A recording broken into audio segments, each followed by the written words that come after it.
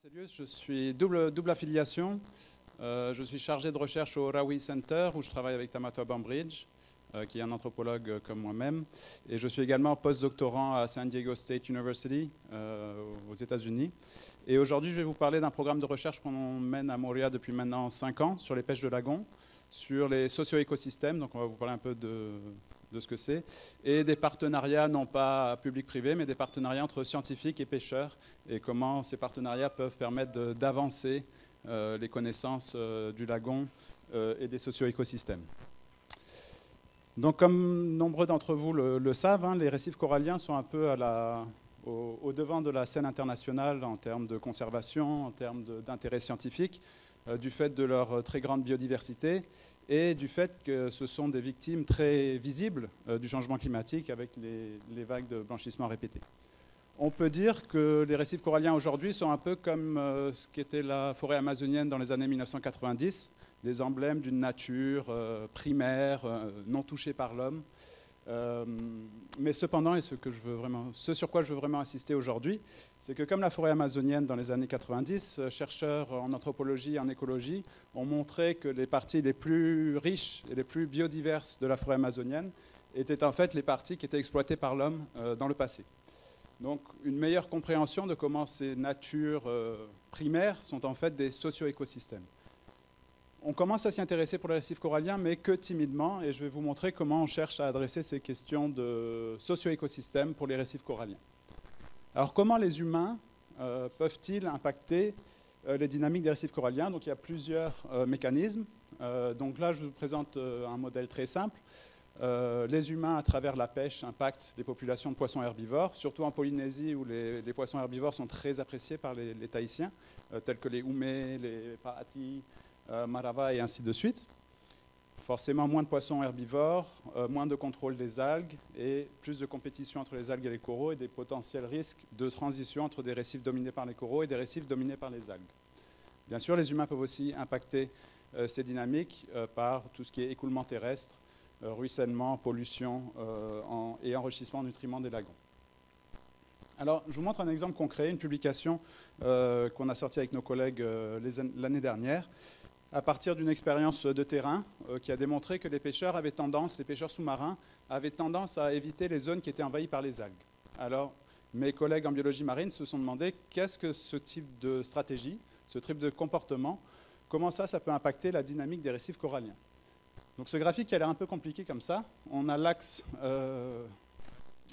des Y, donc ici à gauche, ici à droite, excusez-moi. Donc plus on monte, j'ai un pointeur, voilà, ok. Plus on monte, moins les pêcheurs décident d'éviter les algues. Donc c'est un modèle, hein. Plus on descend, plus ils décident d'éviter les algues. Et c'est un modèle qui est post-catastrophe, donc il y a une grosse catastrophe sur les récifs, blanchissement, taramea, cyclone, plus de coraux, et les coraux doivent repartir. Donc ici à gauche, on a une petite catastrophe, donc il n'y a que quelques coraux qui sont morts, mais pas tous. Et à gauche, on a grosse catastrophe. Et en gros, ce que montre le modèle, et ce qui est intéressant, c'est que dans le cas d'une petite catastrophe, les récifs coralliens vont mieux s'adapter, vont mieux recouvrir leur couverture si les pêcheurs, effectivement, évitent les zones d'algues, donc moins de pression de pêche, plus d'herbivores, plus de recrues coralliennes, et les récifs repartent. Par contre, il y a des scénarios, bon, forcément, quand il y a une très grosse catastrophe, quoi que fassent les pêcheurs, ça ne repart pas, okay, parce qu'il n'y a plus de coraux, et c'est très difficile de repartir. Par contre, il y a une zone intermédiaire où, en fait, les récifs coralliens se porteraient mieux si les pêcheurs n'évitaient pas les algues. Pourquoi? Parce qu'il ne reste que quelques habitats en bonne santé. Si tous les pêcheurs se concentrent sur ces habitats en bonne santé, eh bien, ils risquent de les dégrader, et ces habitats en bonne santé ne peuvent pas fournir la base pour le redépart des zones en très mauvaise santé. Donc là, bon, c'est un modèle, forcément dans la réalité c'est beaucoup plus complexe que ça, mais c'est un bon exemple pour montrer ces interactions entre humains et non humains et comment ça peut impacter des dynamiques complexes. La grosse question, c'est que pour arriver à des modèles comme ça et pour mieux comprendre ce qui se passe, il faut bien comprendre les pratiques de pêche. Et c'est là un peu le problème, c'est qu'en fait les pratiques de pêche en Polynésie française ont beaucoup intéressé les archéologues. Donc il y a beaucoup d'archéologues et d'anthropologues des temps anciens qui ont travaillé sur les pratiques de pêche anciennes. mais il y a beaucoup moins d'intérêt sur les pratiques contemporaines. Et en fait, on ne sait pas grand-chose des pratiques de pêche polynésienne. Et c'est ce à quoi je me suis attaché en tant qu'anthropologue à Moorea ces 5 dernières années. Bon, je vais rapidement. Hein. C'est des pêcheries complexes, les pêcheries récifales, parce que beaucoup d'engins différents, poupouis, donc filet, fusil, filet, ligne, nasse, différentes techniques de pêche, plein de poissons ciblés, plus de 80 espèces, plein d'orientations différentes pour vendre un peu de temps en temps, pour manger, pour faire de la compétition. Et c'est vraiment enchâssé dans le tissu social et culturel polynésien. On part de devant la maison, il n'y a pas d'endroit où on peut rencontrer tous les pêcheurs, c'est très difficile. Et là, juste un exemple d'une étude, une compilation d'études qui ont tenté d'estimer l'effort de pêche à Moorea depuis les années 2008. Et entre les études, on a des variations de 1 à 28 tonnes par kilomètre carré par an. Donc, en fait, on connaît très mal ces pêcheries. Et on les connaît tellement mal que, une des raisons que certains chercheurs évoquent, c'est que aussi, les relations entre scientifiques et pêcheurs sont tellement complexes et sont souvent fondées sur de la méfiance, ou alors les pêcheurs, c'est les plus grands menteurs du monde, on l'entend souvent, et les pêcheurs le disent eux-mêmes, hein, souvent qu'ils n'aiment pas forcément donner leurs informations, à tel point que certains chercheurs considèrent que c'est impossible vraiment de documenter cette pêcherie et qu'il faut passer par des approches indirectes de modélisation et que toute approche participative avec les pêcheurs est compliquée. En tant qu'anthropologue, c'est un peu déprimant et du coup, on a cherché à quand même relever le défi de travailler directement avec les pêcheurs. Alors l'idée, ça a été de combiner une approche un peu classique en anthropologie, l'ethnographie, c'est-à-dire passer du temps avec les gens, aller à la pêche avec eux, faire ce qu'on appelle de l'observation participante, et ce à quoi on a associé des techniques un peu plus innovantes en termes de sciences citoyennes, où on a demandé aux pêcheurs de documenter leur sortie de pêche à l'aide d'une application sur un Android, où ils pouvaient enregistrer leur sortie GPS et prendre des photos.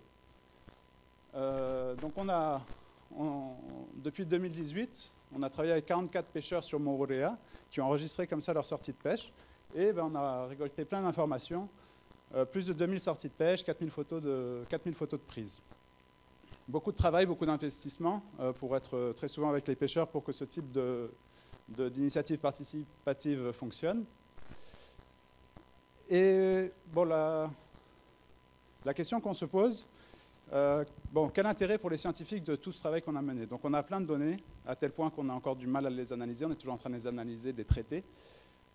Bien sûr, pour les scientifiques, un intérêt important. D'un point de vue sciences sociales, on plonge et on comprend bien mieux les pratiques et les stratégies des pêcheurs. On peut essayer de spatialiser l'effort de pêche à l'échelle de Moorea et d'avoir une meilleure idée des rendements des différentes techniques de pêche. Entre le poupouipo, donc la chasse au fusil la nuit, entre le poupouio, la pêche au fusil le jour, on peut essayer d'avoir des bonnes quantifications des différentes techniques de pêche. Pour les pêcheurs, quel intérêt de participer là-dedans? Il y a plusieurs choses. Il y avait une petite compensation financière, hein, comme c'était du travail quand même, et qui participaient au projet. Mais il y avait aussi beaucoup de fierté d'être associé à un projet scientifique, d'être considéré, qu'on considère leurs savoirs locaux. Et il y avait même un peu de compétition, de dire on va vous montrer, vous, aux scientifiques, qu'à Moorea, il y a du poisson. Okay, parce que vous dites tout le temps qu'il n'y a pas de poisson à Moorea. Donc il y avait un peu de ça, et effectivement, des photos, on les voit peut-être pas très bien ici, mais quand des collègues scientifiques, biologistes marins, ont vu ces photos, ils ont halluciné. Ils ont dit hey, j'ai jamais vu autant de oumetarei en une sortie de pêche. C'est une sortie de pêche qui a duré 1 heure. Okay, donc quand les biologistes marins ont vu ça, ils ont un peu halluciné. Et alors, je vais prendre un cas, je vais essayer d'aller vite parce qu'il ne me reste plus beaucoup de temps. Mais on va prendre le cas du houmé, donc qui intéresse d'une part beaucoup les biologistes marins et qui intéresse beaucoup aussi les Tahitiens dans leur assiette. Et montrer un peu ce que cette approche a pu permettre de faire. Donc dans un premier temps, en regardant ce que sortaient les pêcheurs de l'eau, on a pu le comparer à ce que les biologistes marins comptent dans l'eau. Donc on regarde ici, c'est la proportion de houmé comptée par les biologistes marins dans l'eau, une toute petite proportion. Par contre, dans les prises de pêche, la proportion est quand même beaucoup plus grande. Forcément, sélection, les pêcheurs ils sélectionnent cette espèce, c'est normal. En termes de taille, la même chose, à gauche on a les comptages écologiques, et à droite on a les tailles recensées dans les prises de pêche. Donc on voit que les tailles des houmés pêchés par les pêcheurs sont largement supérieures à celles qui sont comptées dans le lagon. Les biologistes marins, ils n'arrivent pas à les voir, ces poissons. Ils n'arrivent pas à les voir quand ils font des comptages, ils ont du mal à les voir, et ils ne voient pas les plus gros individus qui ont peur des humains. Mais bon, les pêcheurs, ils savent où les trouver, et ils savent dans quels habitats ils sont. Et c'est là l'aspect certainement le plus intéressant dans la collaboration entre scientifiques et pêcheurs, c'est que les pêcheurs ont permis aux scientifiques de mieux comprendre le comportement des poissons à travers leurs sorties de pêche. Donc là, c'est une carte de toutes les sorties de pêche enregistrées avec un GPS. Et donc les scientifiques, les biologistes marins se sont dit, nous, on veut connaître les habitats des houmets. Donc qu'est-ce qu'on fait? On filtre et on garde toutes les sorties de pêche où il y a plus de 5 houmets. On continue, on filtre, et on regarde dans toutes ces sorties de pêche où il y a plus de 5 houmets, on retient les zones où il y a plus de 5 pêcheurs qui sont allés dans ces zones, et on obtient une cartographie qui permet aux biologistes marins de mieux identifier les zones préférées de ces poissons et de mieux comprendre leur comportement. Alors on est dans le cadre d'un partenariat entre scientifiques et pêcheurs. Bon, notre projet, il y avait quand même une approche très... c'était science citoyenne dans le sens où les pêcheurs sont des fournisseurs de données. Donc ça reste quand même un peu one-sided, c'est-à-dire c'est les pêcheurs qui fournissent des données aux scientifiques, que les scientifiques exploitent. Mais en fait, l'idée de notre projet, ça a été aussi d'essayer de travailler ensemble et de renforcer le tissu social en fait, entre scientifiques et pêcheurs pour que mutuellement ils rentrent dans des démarches de ce qu'on appelle de co-learning, de coproduction de savoir, où scientifiques et pêcheurs se respectent mutuellement, se comprennent un peu mieux pour produire ensemble des savoirs plus solides et de façon participative. Cependant, tout en rendant compte qu'il y a des fondements, souvent on aime bien dire que les savoirs locaux, c'est une science locale, c'est vrai, mais il y a quand même des fondements épistémologiques, philosophiques très différents. Et plutôt que de les gommer, ce qu'on essaye de faire, c'est d'essayer de comprendre quels sont les fondements philosophiques différents entre pêcheurs et scientifiques. Qu'est-ce que ça veut dire l'abondance pour un scientifique? Qu'est-ce que ça veut dire l'abondance pour un pêcheur? Il faut vraiment adresser ces questions pour comprendre ensuite comment mettre en place potentiellement des programmes de gestion où on comprend vraiment d'où viennent les pêcheurs, d'où viennent les scientifiques et ce que chacun d'entre eux veut. Merci beaucoup pour votre attention et pour vos questions.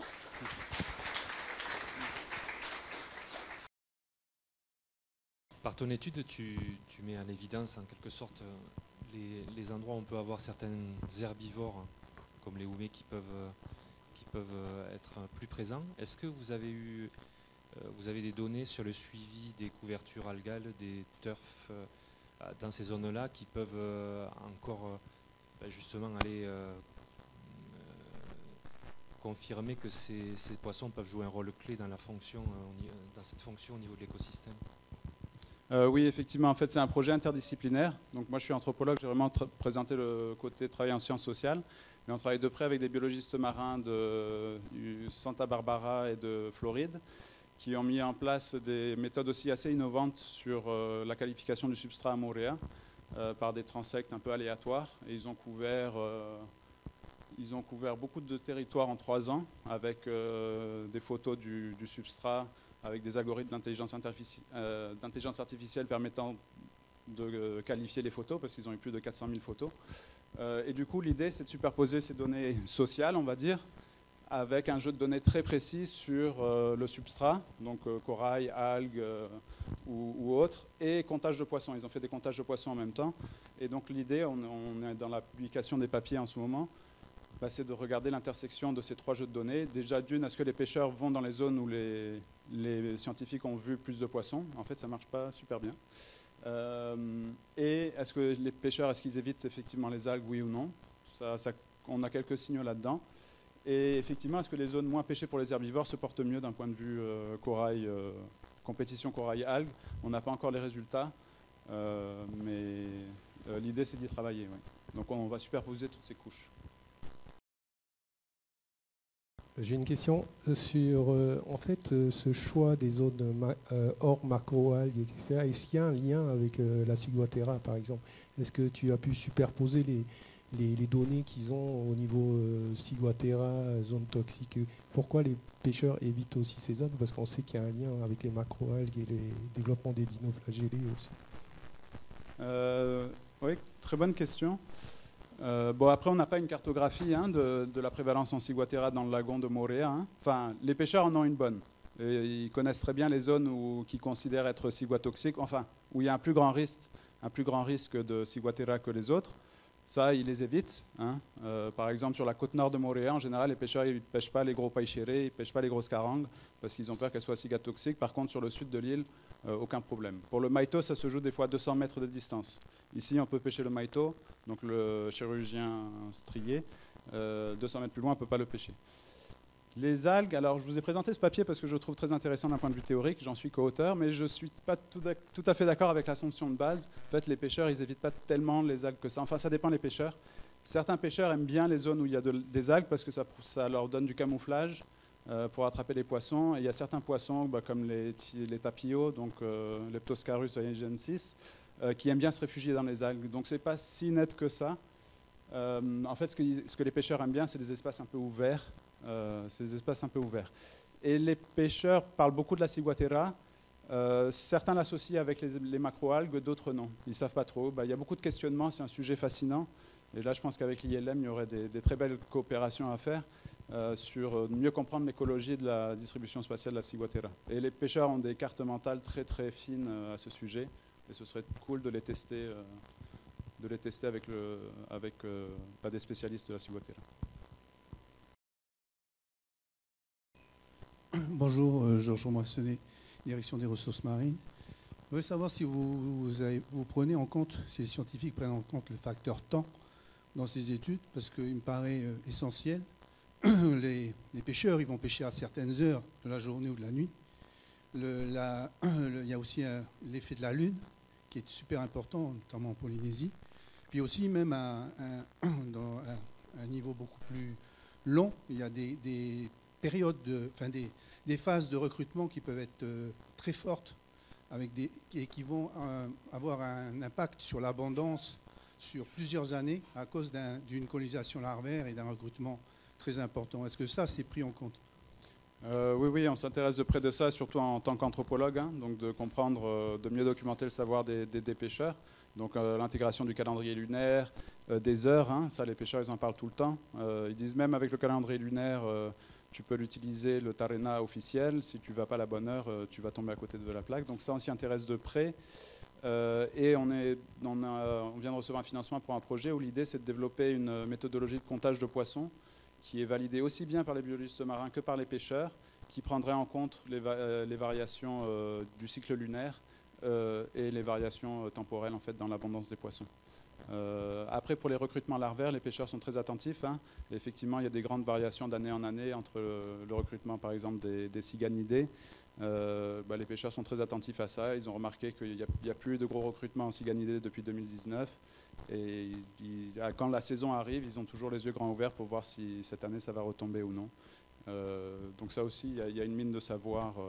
Les pêcheurs connaissent le cycle annuel des différentes larves quand elles viennent au bord ou non. Ils ont une très fine connaissance de ça qui nous intéresse beaucoup.